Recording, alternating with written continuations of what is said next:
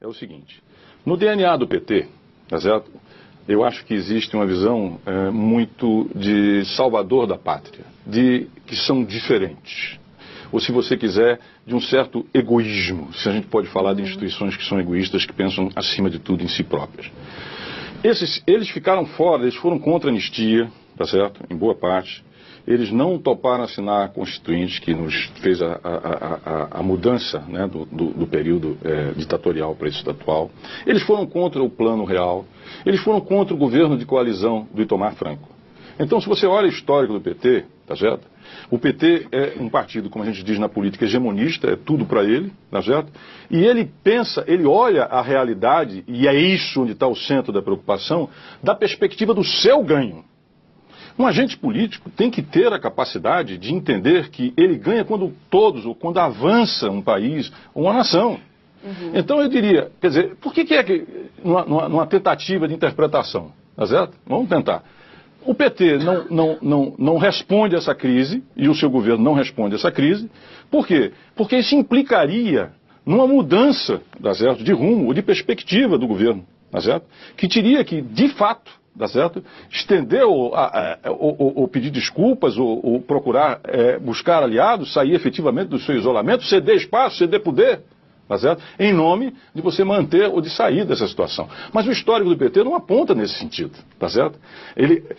A crise do Petrolão diz para nós o seguinte, que o PT não tem superego, ou seja, não tem um software de controle, tá certo? Porque ali excedeu tudo. Tudo que nós poderíamos imaginar. Uma corrupção generalizada. Ali é perplexidade, tá certo? Ali é perplexidade. É você dizer o seguinte, eu estou me lixando para a institucionalidade. Eu estou me lixando. A tua moral é uma, a minha é outra. O Trotsky tinha um livro lá atrás, nos tempos do comunismo, do bolchevismo, chamava A Moral Deles e a Nossa. É um livrinho pequenininho, em que ele diz o seguinte, que o revolucionário tem a sua própria moral. E não tem essa moral burguesa, essa coisa aí não funciona. O PT é meio assim. Não é bastante assim. Tem a moral dele, que se autodenomina um intérprete dos excluídos, dos pobres e etc, etc. Dele, a verdade dele. Ele é, como era o Stalin no passado, né, o pai do povo, o pai do proletariado, o guia celestial. Então, essa missão auto-imposta do PT, que lembra um pouco no plano global, por exemplo, dos Estados Unidos, que tem um destino, um manifesto, etc, etc, né, transpondo as coisas, implica que o PT ele tente superar e avançar e levar adiante por ele próprio, sem considerar os outros, mas pensando sobretudo no cálculo dele. E isso nos leva para o abismo. Quando o senhor diz o cálculo dele é assim, me dê o meu aqui, sim, me dê o meu na corrupção, esse tanto é meu, não, e faça o que quiser com o resto, que eu não estou nem aí. Isso é a Petrobras, isso é a Petrobras. O PT se tornou sócio das empresas que estavam dentro da Petrobras. E falava para eles o seguinte, olha, faz o que você...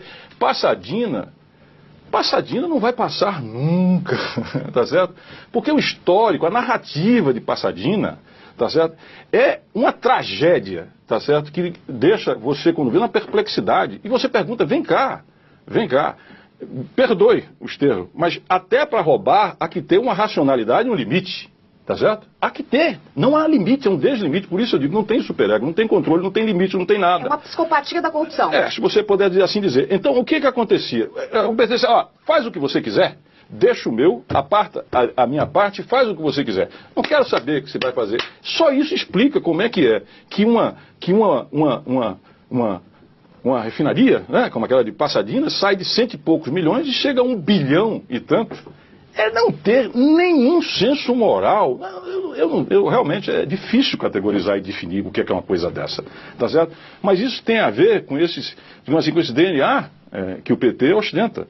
Quer dizer, de um lado, essa coisa de que, olha, eu sou o real e o único, né, representante dos interesses do povo brasileiro, tá certo?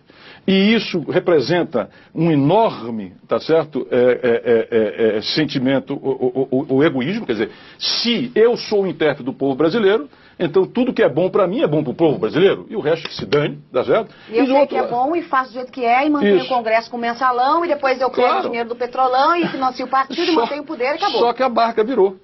A barca virou. E agora, cadê o PT com capacidade, tá certo, de entender e elaborar essa nova situação? Se ele só pensa nele, tá certo? Dane-se o país e essa situação que eu lhe digo que me traz uma imensa tristeza, Tá certo? Eu conheço quadros e pessoas do PT que eu respeito e gosto, tá certo? E tenho muito respeito. E acho que, inclusive, a trajetória dele ao longo de conquistas sociais é relevante e não pode ser esquecida. Mas o que a gente tem que ressalvar aqui hoje é o seguinte: o PT não é o país. O PT não é o dono da história do país e muito menos começou com ele. E sequer é o intérprete único do povo dos seus interesses. Não é isso. Mas só que isso, quando transportado para uma realidade de crise como nós vivemos hoje, tá certo? Lembra-se daquele ditado? Aqueles que os deuses querem destruir, primeiro enlouquecem. O PT está louco. Tá certo? E perdeu o senso de realidade do que nós estamos vivendo aí. Agora, só que ele está no poder. E para você ter uma saída política, você tem que ter confiança, confiabilidade, legitimidade, o que trocar. Como é que ficamos diante disso? Dona Joyce.